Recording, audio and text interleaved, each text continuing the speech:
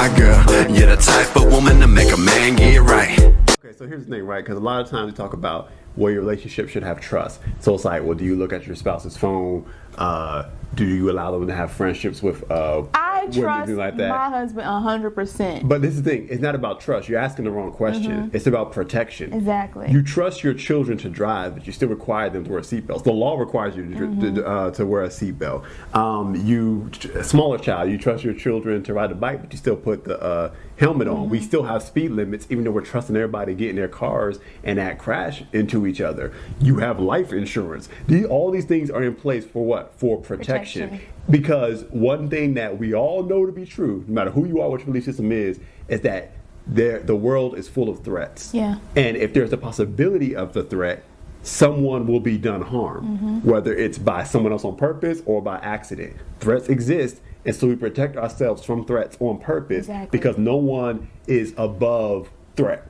Everyone is, the potential of threat affects everyone. So you put in precautions to protect yourself and lessen the chances of that threat taking advantage of you and doing you harm. So in your marriage, this infant marriage, especially when you first get married, that God put together, and there is this evil being who takes no prisoners called the devil, who wants to destroy it every day that you wake up, that is a threat. And so it has nothing to do with whether or not we trust each other. We don't trust the devil. Matter of fact, we trust the devil to be who he's always been since the beginning of time. Like you said, the devil's very effective. I can David, Solomon, Samson, the man next door, Moses, everybody. Like, I'm listing these high dollar names because these are people who we see as great men and women of God in the Bible who all came under threat. I mean, even Jesus was tempted.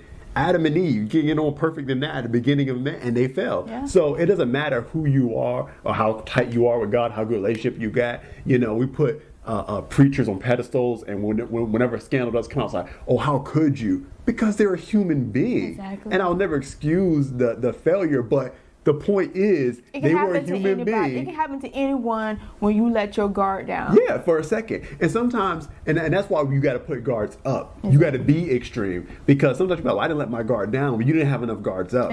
You've got to assume the worst. You got to assume that the devil is after you and that he's going to try to weasel any way in. So we say, well, I would never cheat on my spouse, or I would never do this, I would never do that. Yes, you don't need to say that. You don't need to say I would never do it, because if you are a human body and you are physically working, all your attributes are working, you are capable of it.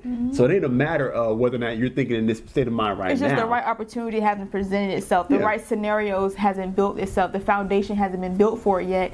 But if you go a long time without building a proper foundation for your relationship and guarding it against the enemy, that foundation is being built, even if you don't realize it right now. So that's why in the beginning of your relationship, you have to start building guards and protection for your relationship, because it's vital for its survival.